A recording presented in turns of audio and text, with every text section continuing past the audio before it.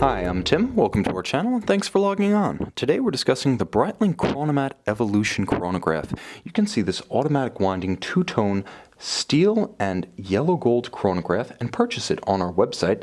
Subscribe to our YouTube channel if you enjoy these videos, and please click on the card in the upper right hand corner of the screen at any time during this video to see our full listing for this watch with additional accessories included, more high resolution images, and naturally full pricing details for this timepiece.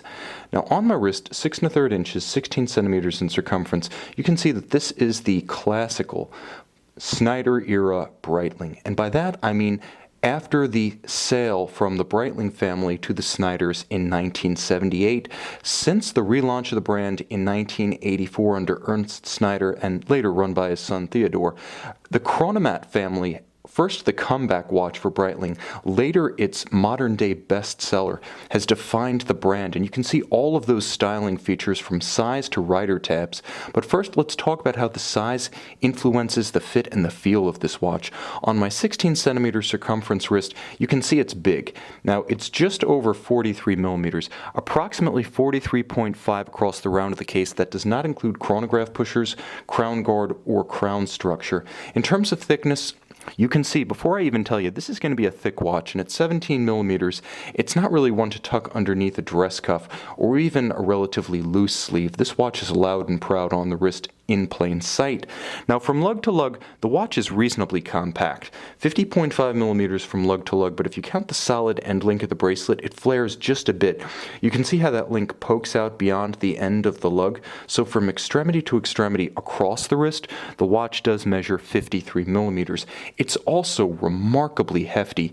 The combination of this very solid screw-fixed 5-link slash-cut pilot bracelet, a substantial swing arm and single-fold deployant clasp, and the fact that the watch does feature a solid screwed-in steel caseback means that it has not just an imposing aesthetic on the wrist, but substantial and impressive mass. If you like your luxury watch to feel hefty, look the part, and feel the part, this is definitely a watch for you. Now, the nice thing about the watch is that it has all of the modern Breitling Chronomat signatures, all of the styling features rolled out in the early 80s. Now, the Chronomat debuted in the 1940s as a sort of early version of Breitling's circular slide rule flight calculator, but it wasn't a pure flight calculator. It was more of a technician's watch. It didn't have all the functions needed for navigation. Those would come with the Navitimer. But the relaunch of the Chronomat in the early 80s was purely as a pilot's chronograph with 3 registers and, in most cases, a unidirectional bezel with what are known as rider tabs. You can see them on the bezel here rendered in yellow gold. They're a charming accent. There's just enough yellow gold here. It's used as jewelry. It doesn't dominate. It doesn't seem garish. It doesn't overpower the basic steel. This is very much a sports watch in character. Now, those rider tabs make the bezel easier to use, so they're not just a styling feature. They let you get a better purchase with wet, sweaty, or gloved hands. Other features include these screws here in yellow gold that fix the bezel to the watch. This is a system Breitling pioneered in the 80s with the original Chronomat, and it means that you can't simply snap the bezel off. If you're a watchmaker, that means a bit more time spent disassembling the watch for cleaning, but if you're an owner, it means your watch is just that much more solid and resistant to essentially popping open should you deal a blow to the bezel, knock the bezel.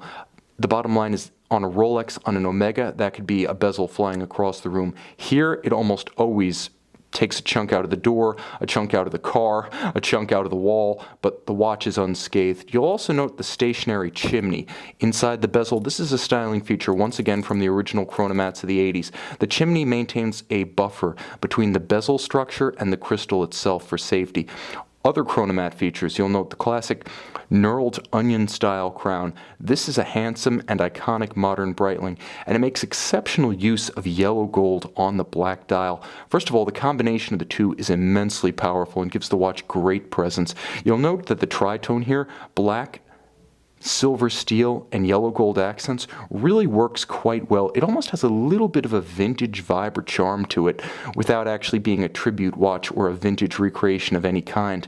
Now, of course, a 3-register chronograph, a quick set date, so you can pull the crown, you can set the date rapidly to correct should the watch run down or encounter an irregular length month. Of course, it is a COSC grade, what's known in Breitling speak as a caliber 13.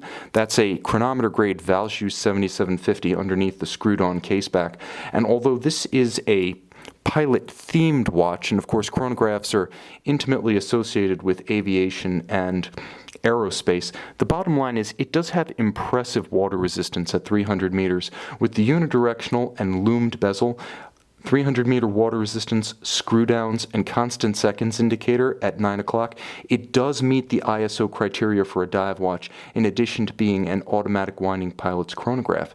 You can see and you can purchase this two-tone Breitling Chronomat Evolution on our website.